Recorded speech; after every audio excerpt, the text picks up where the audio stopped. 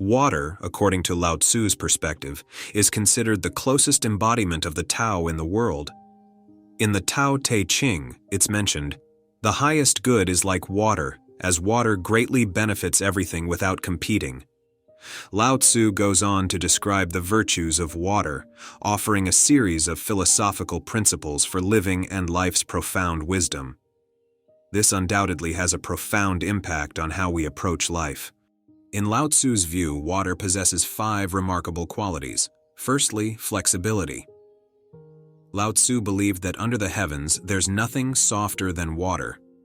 Yet when it comes to challenging and conquering, there's nothing mightier than water, and nothing that can truly change its essence. It's the art of being gentle, yet able to overcome the mighty.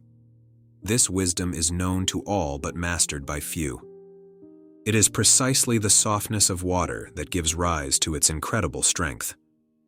Water can surge through mountain gorges and patiently erode solid rocks.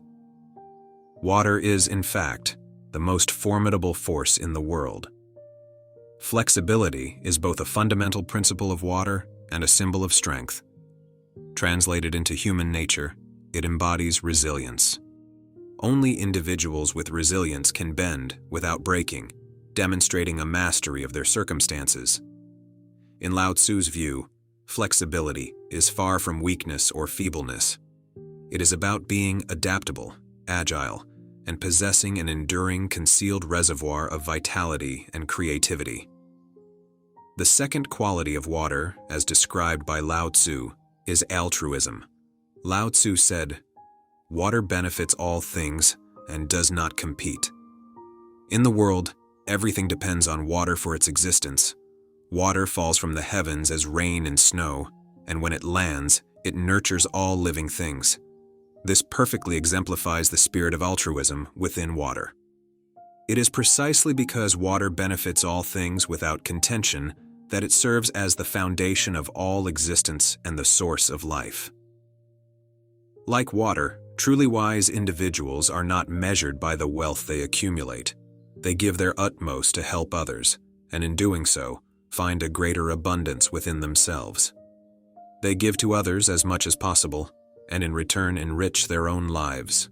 Kazuo Inamori, famous Japanese entrepreneur, spent his entire life embodying the philosophy of altruism. In his lifetime, he accomplished 3 major feats. At the age of 27, he founded Kyocera Corporation, which later became one of the Fortune Global 500 companies. At the age of 52, he established KDDI Corporation, which also achieved recognition as one of the Fortune Global 500 companies.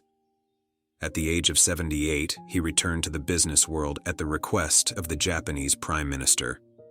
In just 1 year, he transformed the bankrupt Japan Airlines into the world's most profitable airline, making it a Fortune Global 500 company once again.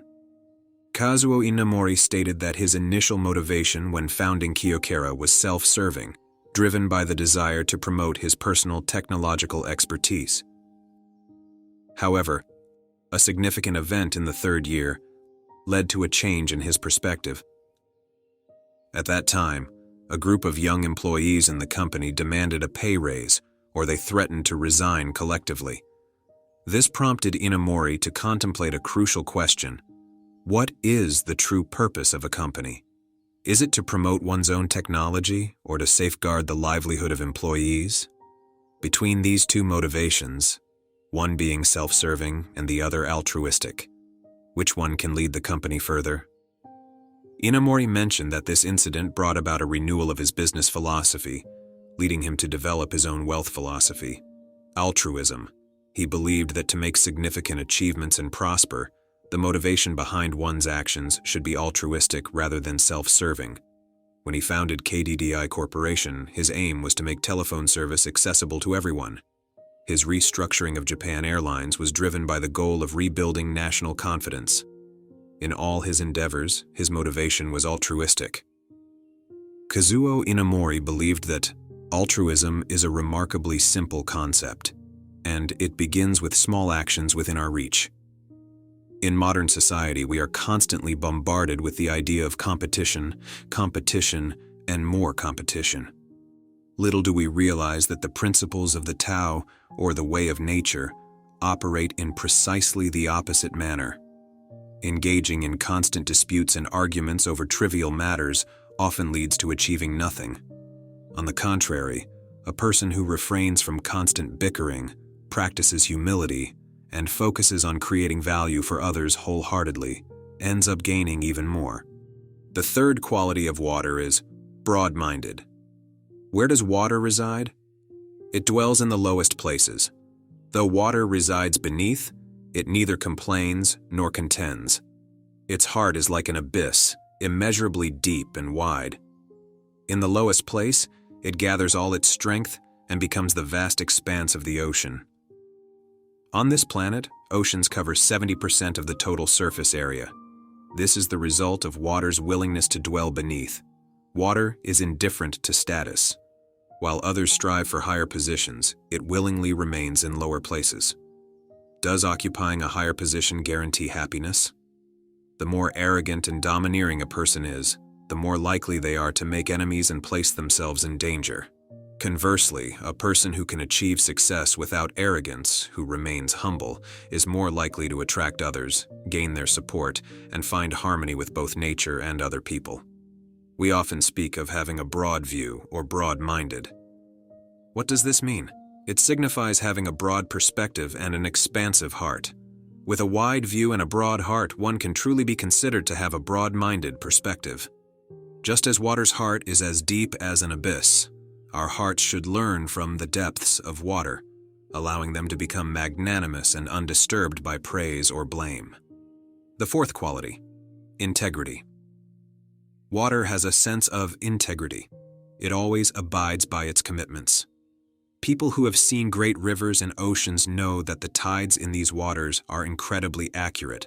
Water's integrity is reflected not only in its regular behavior, but also in its inherent properties. In ancient times, before mirrors were invented, how did people know what they looked like? They would go to the water's edge and see their reflection.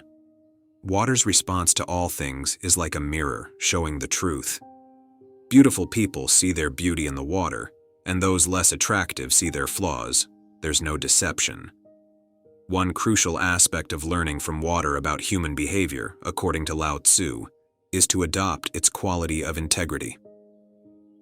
Lao Tzu believed that those who make promises too easily are likely to have little regard for their word. When you view things as too simple, you are bound to encounter many difficulties. People should refrain from making promises too lightly. Those who make hasty promises often fail to consider the matter at hand and believe it will be easy to achieve. However, when they attempt it, they may run into unforeseen challenges. If the difficulties are overwhelming and insurmountable, it becomes easy to lose one's credibility. The fifth quality, adaptability. Water's ability to flow and adapt to change is remarkable. It doesn't stubbornly run into obstacles. It doesn't break through a wall and refuse to turn back. As water flows, it can surge forward, move slowly, charge directly, or take a winding path. It follows the path of least resistance, overcoming obstacles when possible, or adjusting its course when necessary. But its ultimate goal remains unchanged. Moreover, when you consider water's various forms, it adapts to the situation and changes according to the times.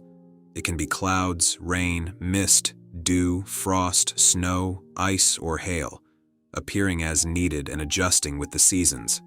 In spring, it nurtures countless flowers. In summer, it waters all living things. In autumn, it gathers clouds and mist. In winter, it blankets the world in white snow. Through the cycle of the seasons, water constantly changes, creating diverse landscapes. Comparing water to human behavior, we should learn from water's adaptability. In a rapidly changing world, if you can't change the environments, you must adapt to it, just like water. If you can't change others, you should change your own mindset. If you can't alter things that have already happened, you should change your attitude toward those events. At any time, the one who can truly help you is not someone else but yourself. With a desire to overcome adversity, a shift in your attitude from complaint to action, and a proactive approach to what needs to be done in the present, you can undoubtedly overcome challenges and eventually attain a state of contentment and freedom. Water, a simple single word, yet it conceals profound wisdom about life. Friends, what do you think? Please leave your comments below. I wish you a beautiful day.